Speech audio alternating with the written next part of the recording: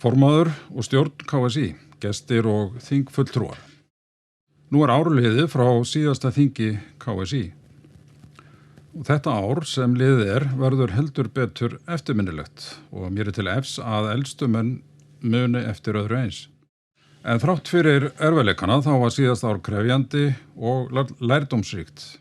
Þetta var árið sem íþróttafólk og hreyfingin öll snýri bökum saman í baráttunni við illvíga veiru og afleiðingar hennar.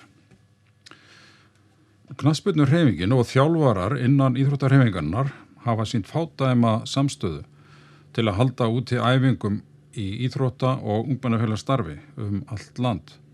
Nú faraldurinn, hann hefur þjappað okkur saman og árangurinn eftirtektarverður. Og við sjáum árangurinn nú þegar í auknu samstarfi og betri samvinnu á milli félaga, auk samstarfs við stjórnvöld. Við eigum nefnilega svo margt sameiginlegt. Við viljum gera samfélagið betra, bæta iðkendur og verða öll betri. Og það sést meðal annars á umsögnum til Alþingis nú í ár. Þessi sameiginlega rödd íþróttahreyfingarinnar skilar sér til samfélagsins. Og mér efst í huga nýleg lög sem greiðslur fyrir launþega og verktaka, en einnig breytingar á lögum skatta og gjöld sem hafa það að leiðarljósi að styrkja og efla skattalegt umhverfi félagasamtaka, þar á meðal íþróttafélaga. Umhverfi íþrótta hefur styrkst og orðið faglegra með hverju árinu. Mikill metnaður til að bæta það og gera öruggara. Og við í UMFÍ erum aðilar að æskulýðsvettvanginum sem býður upp á netnámskeið í barnavernd. Og afar ánægilegt að margt knattspyrnu fólk hefur tekið námskeiði. Og þá getur öll félög nú leita til samskiptaráðgjafa í íþrótta- og æskulýðsstarfi, komið upp atvik í starfinu.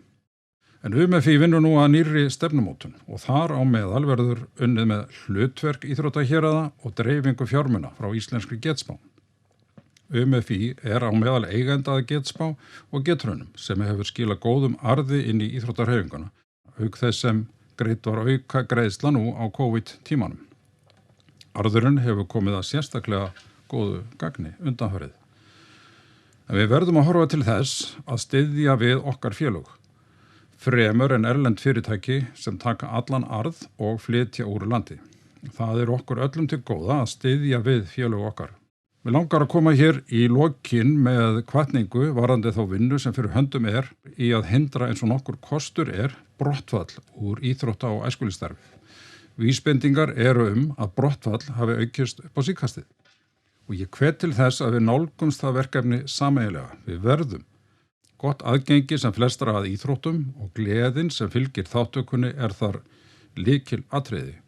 Og KSÍ fyrirmynd í þeim málum, enda vill hreyfingin tryggja að öll börn upplifi sig velkomin og örugg í fótboltanum og einnig í öðrum íþróttagreinum. Ég óska KSÍ velfarnaðar og hvet til samstarfs og samvinnu. Það eykur gleði, en gleði eitt af grunngildum í stefnu KSÍ og UMFÍ. Ég flyt ykkur svo kveðju stjórnar og starfsfólk Ungmennafélags Íslands og leið og ég óska ykkur góðs gengis. Takk fyrir mig.